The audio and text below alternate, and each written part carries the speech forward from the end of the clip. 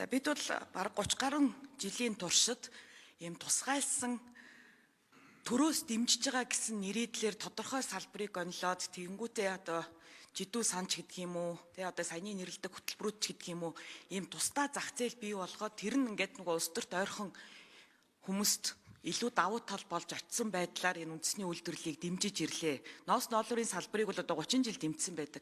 Би танд бодлогын арай өөр шийдэл хэлээд байгаа.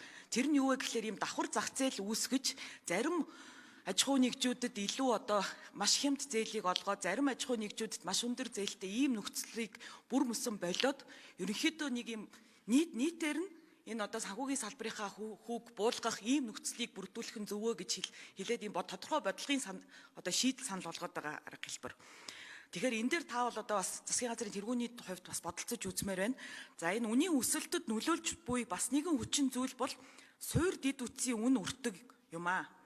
За тэгээд өнгөрсөн жил захиргааны үнийг нэмэгдүүлэх шийдвэр гарсан нь инфляцид бол маш их нөлөө үзүүлж байгаа. За одоо өнөөдөр инфляц 9.2% байгаагийн 2 орчим хувь нь захиргааны үн бүрдүүлж байна.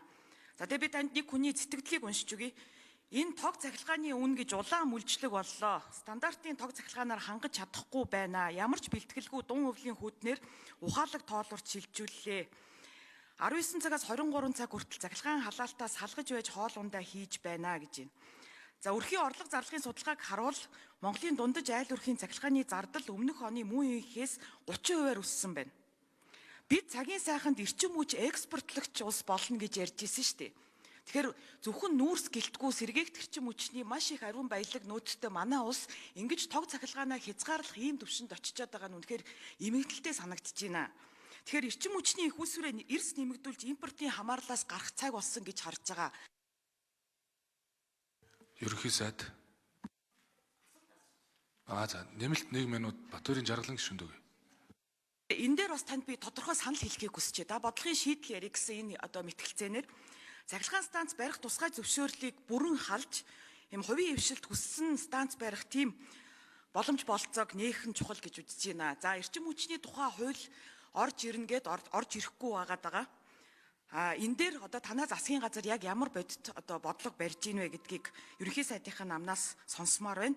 За ингэж чадах юм бол бид Улаанбаатарын гэр хорооллыг цахилгаан халаагуурч шилжүүлэх замаар богино хугацаанд бас утаанаасаа бүрэн салах боломжтой гэж харж байна.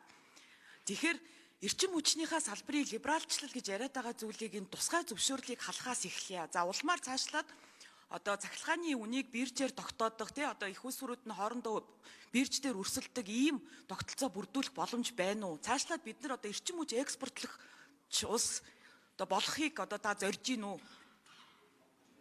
За ерөнхий сайд хариулна. Бид нар бас байна шүү дээ. За ер нь Жаргалан гишүүнтэй санал нэг байна. Парламентын мэтгэлцээн бол шийдэл ярьдаг. Тэнийг нотолч няцаагчдын мэтгэлцээн засгийн газар шийдлээ оруулж ирээд тэгээд тэрнийхээ мэтгэлцдэг байх ийм зарчим руу явандаа парламентын мэтгэлцээ чиглэх учиртай тийм ч дэг агуулгатай байсан. Нэгдүгээр эрчим хүчний либералчлалыг бол үе шатаар хэрэгжүүлэх шаардлагатай. Тэгвэл энэ шатанд байгаа үр ашиггүй байдал авилгал ялах хуулийг залруулахгүйгээр дээрээсээ эхэлж шууд нийлүүлэлтийн циклээс либералчлал эхлэх нь бас оновчтой биш байгаа. Яг тэгэхээр яг уурхай шатанд түүхэд уурхай хямд нүүрс үйлдвэрлэхэд уурхай дээр байгаа тэр үр ашиггүй байдлыг халах хэрэгтэй. Тэгээ үйлдвэрлэлийн шатанд, захиргааны шатанд өнөөдөр ихэд тодорхой авилгал хэлэх худалдаа авалтын ажиллагааны проблемээс шалтгаалаад 4-р захиргааны станцын захирлыг халж байна. Тинчээ бас асуудлууд. Энэ хий зарлууд нь үр ашиггүй зарлыг нэмэгдүүлээд ахаар эцсийн дүндээ нөгөө захиргааны үн нөртөг иргэдийн нуруунд дээр ирдэг учраас тусгай зөвшөөрлийг либералчлаа гэд суур үн өндөр байх юм бол энэ үр дүнтэй хэрэгжихгүй. Бас дээр нь нөгөө сүлжээ нийлүүлэх эрчим хүчний гэрээ заавал байгуулагдах хэрэгтэй. Хэдэн центр нийлүүлэх юм. Одоо өндөр болчиход байгаа. За зах зээлийн хүүгийн зарчмын хувьд бол улсын хурлаас хууль батлагдаад ер нь улс төрийн өндөр албан тушаалтнууд түүнтэй хамаарлахгүй этгээдүүд ийм хөнгөлөлтөө зээл авч болохгүй гэд хууль батлагдсан. Тийм учраас тэн дээр бүр тодорхой санкцтай агуулгатай хууль батлагдсан байдаг. Ер нь бол нийт манай энэ хүүгийн зардал маань таавал сайн мэдж байгаа макро эдийн засгийн тэнцвэр маань алдагдсан учраас төлбөрийн баланс маань алдагдaltaй учраас үйлдвэрлэгч улс биш болцсон учраас импортын дандаа инфляц өртөөлөгдөд импорт нь үнийн өсөлтийг үнийн өсөлтөнд зээлийн хүүг өндөр байлгаад инфляц өндөр болохоор зээлийн хүүг гэж нэг хэсэг нь инфляц байгаа шүү дээ. Инфляцийн ханшаасаа өндөр болгож бодлогын хүүг гэж гарч ирдэг. Энийгээ давсан өндөр хүүтэй болохоор Нэмэлт 1 минут. тэр ийм өндөр хүүтэй үндэсний үйлдвэрлэл сэрэх болцоогүй. Үндэсний үйлдвэрлэл сэргэж дотоодын зах зээлийг хангахгүй болохоор импортэд гарч байгаа валют хിവэрэ ийм нэг чөтгөрийн тойрогт орчод байгааг даслан зогсохын тулд дараа стандартын бус чиглэлтэй энэ олон улсад ялангуяа Азийн зах зээл, Азийн орнуудын төрийн зохицуул төтгөө ашиглагддаг хөнгөлөлтөө зээлийн механизмаар энэ нураагаад унахаадсан үйлдвэрлэлийн салбараа эхний ээлжинд хүнс хөнгөн үйлдвэрийн салбараа дээш нь татах бодлого явуулж байгаа. Хуучин бол манай экспортын 80% нь хүнс хөнгөн үйлдвэрийн бүтээгдэхүүн байсан юм бэл. 91 онд.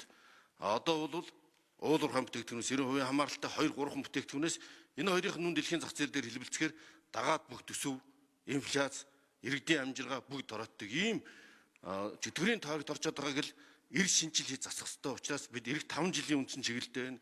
Иргэдийн амжиргааг татах, эдийн засгийн бүтцийн өөрчлөлтийг зохицуулгыг эр шинжил хийж оруулъя гэж байгаа. Ингэжээж бид энийг